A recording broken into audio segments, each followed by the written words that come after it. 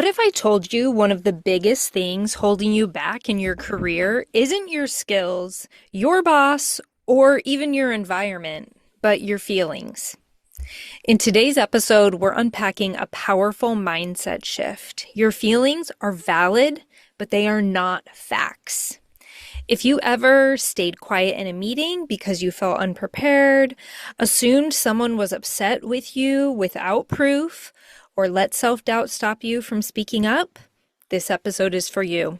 You'll learn how to separate emotions from reality, communicate more confidently, and stop letting temporary feelings drive permanent decisions. Welcome to Communication Skills for Working Women. I'm Elizabeth. And I'm Rose May. Do you find yourself second guessing or avoiding conversations because you're worried about being misunderstood? You're not alone. On this show, we're sharing tangible tools for assertiveness, emotional resilience, and real-life communication wins and fails. Let's sharpen our communication together.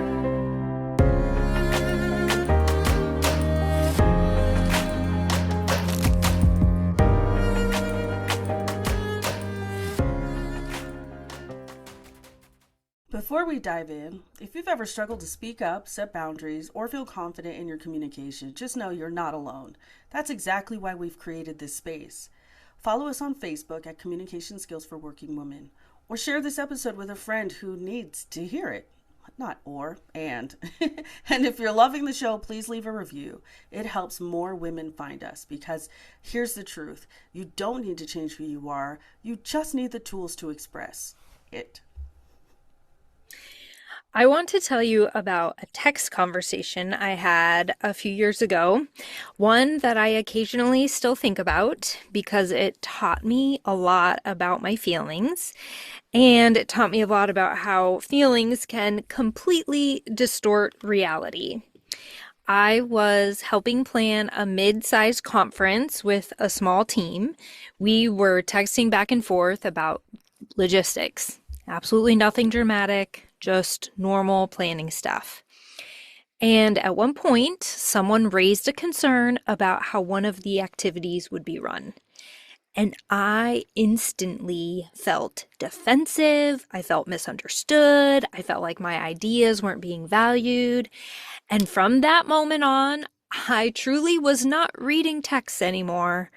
I was interpreting them. Every message felt sharp. It felt like criticism. Every suggestion felt like a challenge. And here's the wild part. There was nothing in those text messages that was actually negative. Nothing at all. If I still had them, I would read them to you, but I changed phones and they're gone. Because reading them would honestly make you laugh at how neutral they were compared to the story that I had built up in my head. Every single one of those messages was a personal attack to me, on me, about me. I really had completely skewed the situation and created a narrative based on my feelings and not what was actually happening. So fast forward to a more recent situation, almost the exact same thing happened. A message came through and I felt that tension, frustration, and urge to react quickly. But this time I did something different. I just stopped. I didn't respond right away. I took a deep breath and reread the message. And when I did, it was completely fine. The message was clear, neutral, even collaborative. And this is what you need to hear. My feelings weren't wrong, but they also weren't facts. And if I had responded in that first emotional moment, I would have created a problem that didn't actually exist. So in our communication framework, we're going to learn how to separate those feelings from the actual facts. And that specific experience is exactly why this framework matters, because in both situations, nothing external changed. There weren't any external changes. The only difference was how internal responses were managed. So let's break this down into a framework that we can actually all use when our emotions start telling us a story that may or may not be true. So we're going to look at the that first example where I really responded all through my feelings. And we're going to go through it from that first example. So what was my communication goal?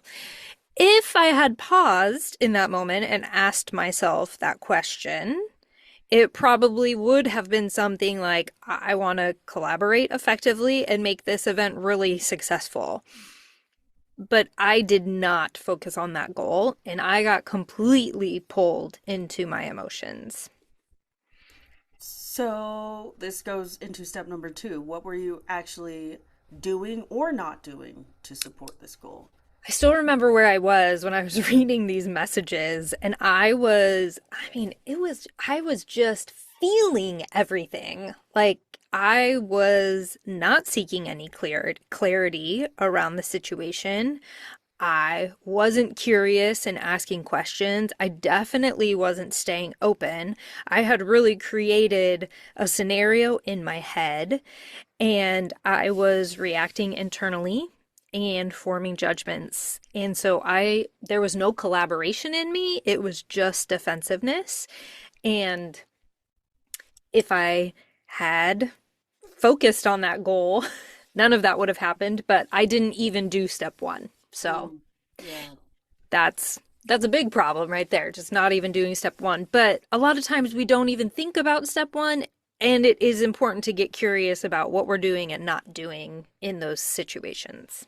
Sure. And I think we've mentioned this in other episodes, but sometimes the most compassionate thing we can do for ourselves and others, actually, is to take a step back when we're in those situations and maybe help ourselves, like find a space or create a space to identify step one.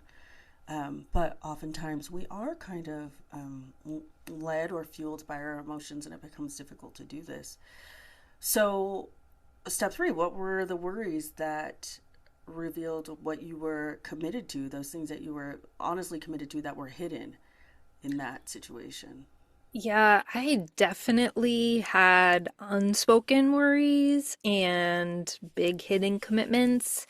And I think some of my unspoken worries would be like, what if they don't respect my ideas? And what if I'm being challenged or dismissed? Like, those would have been big worries for me at that time.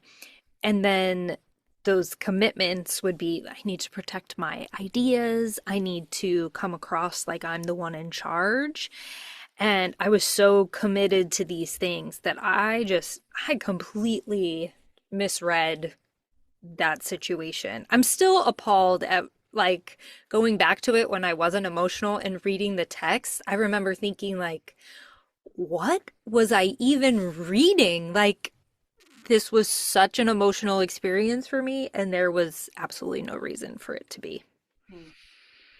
Yeah, so when you're thinking about going back and reading those texts, or even the moment you were reading those texts, what assumptions did you identify that you were making? Yeah, I mean, the assumptions is probably what really knocked me down, right? Like, I was thinking I'm being criticized. I felt like they didn't think that my plans were good enough. And I mean, to be honest, they were literally just asking a question about logistics. That's it. They weren't attacking me. There was no criticism, but my feelings had just completely rewritten the story. Hmm. Yeah, I think this is so insightful as we're going through this, because it's bringing up times when I've done this myself, and I'm actually walking through this like internally as you're talking about this. I'm walking through this internally with a couple of experiences and how things could have been different had I don't know, inserted any one of these steps into my thought pattern. But it sounds like you had a more recent experience that was similar to this where you responded differently. Yeah, how did you respond in this alternative situation? Right. So in this, well, first I just want to say to like how you're doing this internally. I hope that's what all of our listeners are doing, like thinking about these scenarios because all of us have had a text that we responded to emotionally. For sure. Even though it's embarrassing, like it's embarrassing to talk about and to admit that I did that and but I've learned the Here we hard are. way. This is like, I'm definitely not 10 out of 10 on this, but I'm about 5 out of 10, which I feel like is a really big improvement compared to where I was. But will, I will not send a text. I will draft it out. Like I can feel myself like Yes. in my fury, like my fingers like furiously like pounding a text out, and then I will not send it, and then I'll come back to it later. Like I said, it's only like 50% of the time, but I've learned from previous experience that like when I send a text out emotionally, or whether it's like panic, anxiety, or whatever it is, Right. it's usually not what I'm actually trying to say, and it creates a bigger problem than it needed to have created. So yeah, I'm working on it. I'm a work in There progress. there may be a whole bunch of like an ethical discussion about this, but I'm going to share it anyway. And I think I've actually shared this before. This is one way that I actually do use ChatGPT. If I'm Hmm. having like a really big emotional response to something, I will just like type it out in all of my fury and use all of the language I want to use and say all of the things I want to say. And then I'll say, like, help make this sound like positive or encouraging or Hmm. like Hmm. creating a conversation or open. And what it gives back to me is usually very insightful. Yeah. And I'm like, oh, that's, I'm I'm not saying to use that in replacement of like actually handling a situation, but it sometimes helps you look at it in a different Yeah, light. I think it can be a tool. It's actually, I'm working on a project right now, identifying how often we use ChatGPT and other AI sources to supplement some of the things that like we're talking about right now, or even to explain, or even like help with, I don't know, like emotional issues. And so I don't think it's all uncommon, is what I'm trying to say. Like it's not all uncommon, but I think it can be a great tool. Yeah. Yeah. It's been very helpful for me. So Mhm. anyway, well, let's talk about this more recent situation where the actual shift happened. So it was that same setup. A message came through. I felt that like tension and frustration and that urge to just kind of respond right away. But this time I responded differently. I stopped. I did not respond right away. I took a deep breath. I actually took a little walk Mhm. before I reread the message. And then I asked myself, what do I want to accomplish? When I did that and I knew what I wanted to accomplish, I was able to see the text as clear, as neutral, and then I was able to recognize that there was nothing wrong with my feelings and that I can still respond to this in a clear and productive way. Yeah, and I don't know, I just want to emphasize the importance of like stepping back and taking a beat. Yes. It always provides so much clarity. And I also want to, I guess I'm thinking about this too, like contextually, like sometimes we don't give ourselves enough grace for what might be going on in other areas of our lives that make this a little bit more difficult. I was just leading a group this morning, and as we were checking in with group members and it was my turn, I was talking about how I made a mistake. I did something this morning that I didn't want to do, and my automatic reaction was this critical voice. I was like, "You idiot! How did you do that?" And then, and something happened. Something changed. Like almost instantly, was I just thought to myself, "Oh, I'm not going to engage in that today. I don't have time to be calling myself an idiot today. I got things to Right. do. Also, this is not where I want to be today. I don't want to be in that space today." And then I started thinking, well, what made the difference? Oh, yesterday I went for a walk during lunch and I connected with a friend that I haven't talked to in a really, really long time, and I got a good night's sleep, and I ate something that was delicious, and all of that made a difference in the way that I was able to kind of sidestep that inner critic instead Hmm. of like really feeding and fueling and minding that inner critic. And so I guess what I'm saying is like sometimes contextually, depending on what's going on in our lives in the moment, or if we're feeling unwell, or if we've had like an argument with our spouse or partner, or I don't know, if you're just like perimenopausal like I am right now. Like all of those things when we consider those things, they can really have an impact on how accessible this feels to us. And I think that there should be a measure of grace and compassion for the fact that like it's gonna work sometimes, and other times there are external forces that make it a little bit more difficult. Right. I even think about this with kids, like just teaching them, like, what does it feel like to be grounded and Hmm. able to respond? What does it feel like when you need to step away and take that walk with nature and do some of those other things? And having the knowledge of what what things, like the compassion and awareness of what's difficult in your life, but then also the knowledge of what are the things that do ground you. Like Hmm. before we started recording, we talked about how much time we have, and you said, I have to get in a walk today at lunch. Like, that's because you need that to be able to respond to those different things. Yeah. And I just think these are important skills to teach to our children, but also to consider for ourselves Yeah. and talk about with our coworkers all the Yeah. time. Like sometimes people don't even take a minute to think about or consider what they need because we are all so busy taking care Hmm. of everybody else. Facts. So, Those are facts. So, so what did you learn from that experience? so here are a few things that I jotted down that I learned. So my initial emotional reaction was not accurate, and I mean, it just wasn't accurate. It didn't reflect. The reality of the situation. Yeah. Correct, correct. It did Yeah. not. Taking the pause really changed everything. It changed how I felt about myself. It Hmm. changed how I felt about the situation. It prevented me from having to do any repair. Hmm. Um, this is when I handled the situation correctly. Yeah. Yeah. Yeah. Um, and then I learned when I respond from clarity instead of emotion, then the conversation stays productive. We are focused on the same goals. But really, most importantly, this lesson that I continue to learn in my life is that my feelings are not wrong. That response that I had was information. It was telling me of things that I need to address, but they also weren't facts. Yeah. Those people weren't bad. The things that they said weren't like there was nothing wrong with what they had brought to light through that text message. And it was the appropriate mode of communication. It was a quick response. But those feelings brought to light some other, you know, other things that need to be handled. But I had the clarity to separate the two.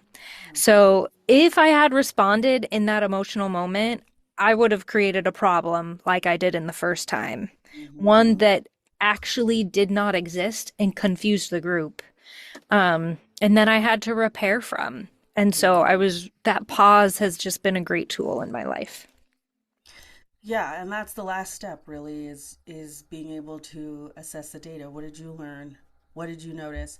And the therapist in me is always going to recognize differences in situations. And so as we're discussing this, I'm also thinking about the times when perhaps, and we've done episodes on this, perhaps when your feelings are a very good indicator of maybe something that has gone awry in a situation as well, Hmm. and how to communicate about that. So I always want to put those two things out there that like there are quite a few times when our emotional experience may not actually be reflecting the reality of the situation, but there are also times when our emotional experience, well, all the time, our emotional experiences are giving us cues about what's going on in general.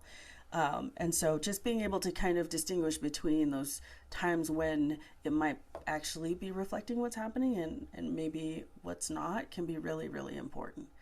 And so this is what separating feelings from facts looks like in real time. It has nothing to do with ignoring your emotions or gaslighting yourself.